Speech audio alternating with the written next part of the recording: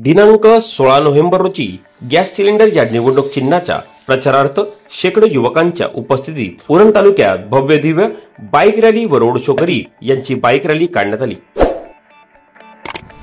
ही bike rally Uran तालुक्यातील उरण शहर, करंजा तसेच शहर वाड्या वस्ती करत या ठिकाणी जोरदार शक्ती प्रदर्शन करी या बाईक रॅलीच्या दरम्यान जनजागृतीचे संदेश देत मतदान जास्तीत जास्त करण्यासाठी, लोकशाहीवर विश्वास ठेवण्यासाठी, भूमिपुत्रांचा आवाज विधिमंडळात पाठवण्यासाठी श्रीकन्या तेजस दाखीला बहुमताने विजयी करा असे आवाहन करण्यात आले।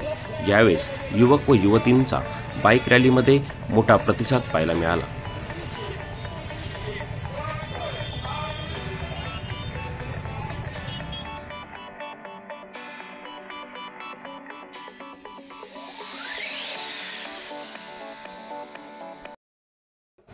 श्रीकन्याताई याला प्रचंड बहुमताने विजयी करा। आपली निशाणी तुमची आमची निशाणी गॅस सिलेंडर लक्षात ठेवा, विचार करा पक्का, गॅस सिलेंडर होणारा शिक्का। श्री उमेदवार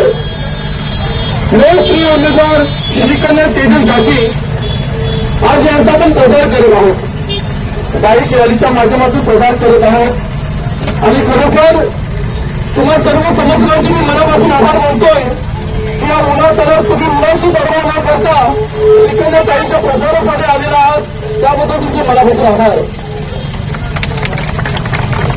इथले जे कोण आजी माझी काजी भाजी जे कोण विकासाच्या बऱ्या करतात, विकासाच्या गोष्टी करतात, त्या सर्व नवाड नागरिकांना सांगतोय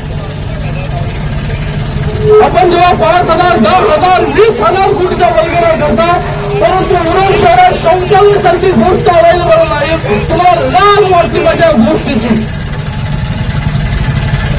आज उरण नगर परिषदेमध्ये इतक्या वर्षामध्ये त्याचं डम्पिंग ग्राउंड राहून नाही आणि आपण 20,000, 50,000, 100,000 कोटीचा वाढ का करता? जगाची नाही पण मनाची तरी बाळगा। ती जाहीर सभा कोणाची होती? ज्या लोकांना जनतेने नाकारलंय त्या नाकारलेल्या जनतेची ही जाहीर सभा होती। या लोकांचा स्वतःच्या विकासावर विश्वास नाही, स्वतःच्या कर्तृत्वावर यांची विश्वास नाही, त्याच्यामुळं आणि या गोष्टीमुळं या लोकांना, या आजी माझी काजींना बाहेरून मंत्री आणावे लागत आहेत। जाहीर सभा असो, प्रचार असो, वन मॅन आर्मी प्रमाणे लढतोय, सर्वांच्या प्रश्नांना उत्तरं देतोय आणि ज्याने जो काही उरणचा प्रकाश केलेला आहे तो तुमच्या नजरेसमोर आणण्यासाठी प्रयत्न करतोय।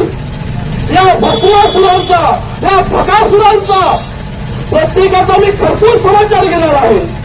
माझी उरणच्या मायबाप जनतेला विनंती आहे की अनेक वर्ष, जवळपास 15 वर्ष तुम्ही या दादा लोकांना मतदान करीत आहात। फक्त एक वेळ तुमच्या मुलीला, तुमच्या ताईला मतदान करून बघा। आम्ही 50,000, 25,000 कोटीच्या वार्ता नाही करत, परंतु सामान्य नागरिकाला ज्या काही मूलभूत गरजा लागतात, ज्या काही मूलभूत गरजांची गरज असते त्या 100% देण्याचा प्रयत्न करू।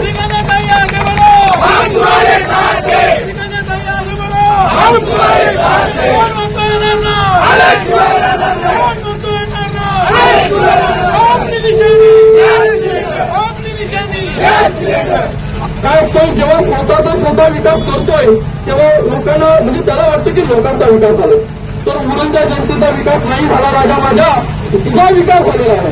पनवेलचा पार्सल उरणमध्ये आलेला आहे, पनवेलच्या लोकांनी याला नाकारलेला आहे।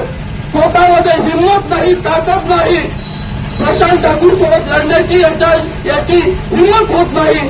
पनवेलच्या लोकांना समजलं की हा व्यक्ती आपला विकास करू शकत नाही किंवा यामध्ये काही क्षमता नाही, त्याच्यामुळे पनवेलचा पार्सल उरणमध्ये आलाय।